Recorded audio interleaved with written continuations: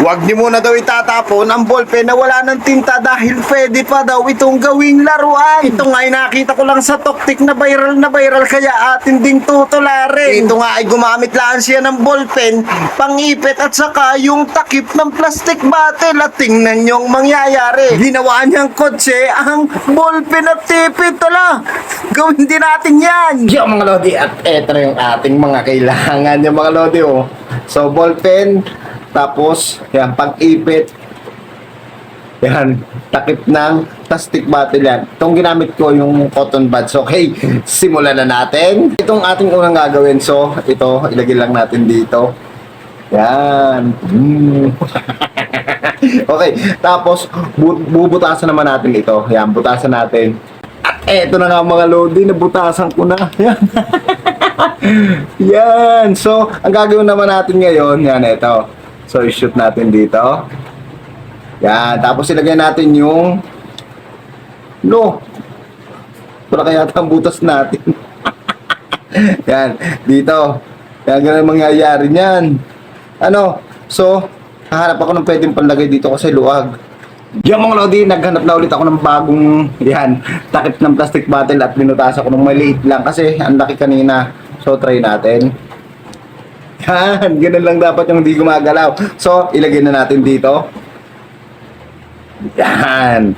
Tapos, dito. Ito maganda, papaganto. Try natin. Yan. Dumilim. Tapos dito.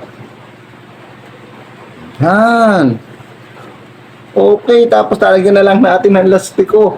Okay, so ang ginawa niya, okay, patuloy natin to. Mga lodi, dumilim. Parang mawala ng kuryente at may bagyo. Okay, so, ito, ilagay natin dito. Yan, natin lang iipitin itong takip. Itong plastic. Yan. Tapos ito, itatali lang natin dito.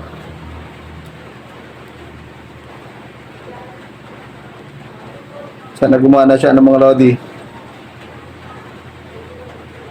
Yan. Yan. Ito na, nakita natin. Ang galing. Bago nga pala yung the moment of truth natin, so lalagyan ko muna ng Sanrio itong mga gulong. Yan. Yan, para kumapit siya kasi madulas tong lamesa. So kaya nilagyan ko din ng Kopon Banao typewriting. Yan mga lodi, so lagyan natin. Okay. So ito na mga lodi, the moment of truth.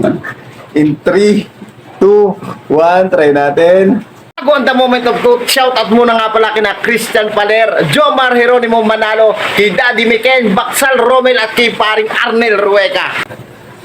O, konti lang muna, konti. Oh!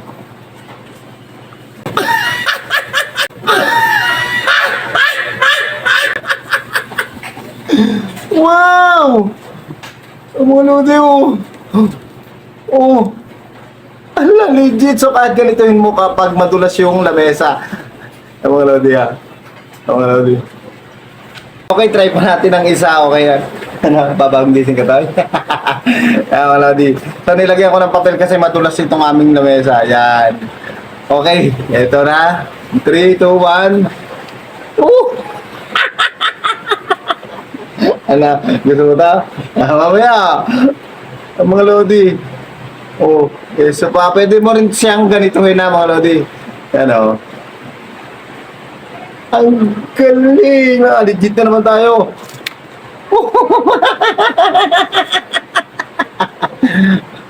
O, diba?